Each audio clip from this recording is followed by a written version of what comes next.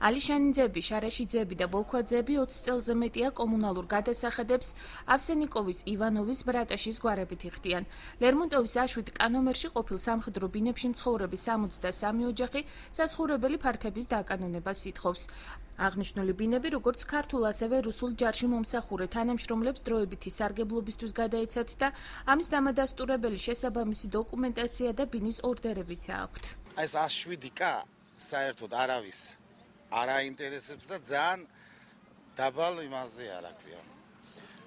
დაბალ დონეზე გაფორმდა სხვა ადგილები, გარადოქში გაფორმდა, ხელვაჩაუში გაფორმდა, მაგრამ აქ არავინ არ მოდის, ყველა გვერიდება, მე ასე ვიტყოდი და რა ვიცი, როდემდე უნდა გაგრძელდეს ეს არ ვიცი. 20 წელი გავიდა უკვე, რაც ამ მდგომარეობაში ვართ. და არანაირი საშველი არ აგვაქვს. გვაქვს ჩვენ ბინის დამადასტურებელი საბუთი, ორდერიც გვაქვს, სპრავკაც გვაქვს და ჩვენ ვცხოვრობთ 17 წელი, 96 წლიდან აქ. რა ვიცი, გვირდებიან გაფორმებას, მაგრამ არ გვიფორმებიან. ვითხოვთ, რომ გაგვიფორმოთ ბინები.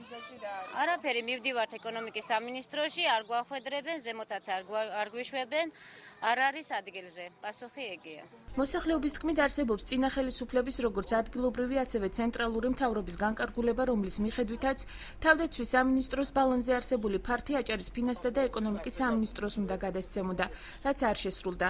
აღნიშნული პრობლემის გამო აქ მცხოვრებლები მერიის ვერცერთი პროგრამით ვერ სარგებლობენ.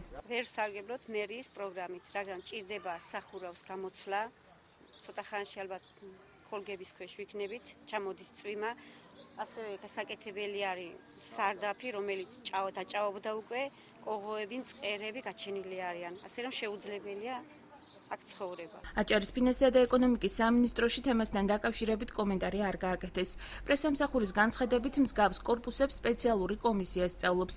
საქართველოს თავდაცვის სამინისტროში კი აცხადებენ, რომ იურისტები კანონში შესატან ცვლილებებზე მუშაობენ, რის შემდეგაც აღნიშნულ კორპუსში მცხოვრებ ყოფილ და მოქმედ სამხედრო მოხელეებს ბინები წლის ბოლომდე დაუკანონდება.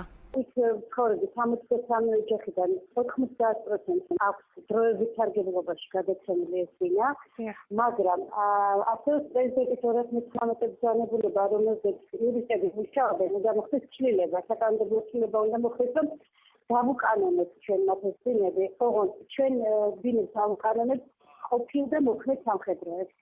იმ შემთხვევაში, თუ კი მათი მოთხოვნა თვითმმართველობის არჩევნებამდე არ დაკმაყოფილდება, ლერმონტოვის აშვით კა კორპუსში მცხოვრებლები საპროტესტო აქციებით იმუქრებიან.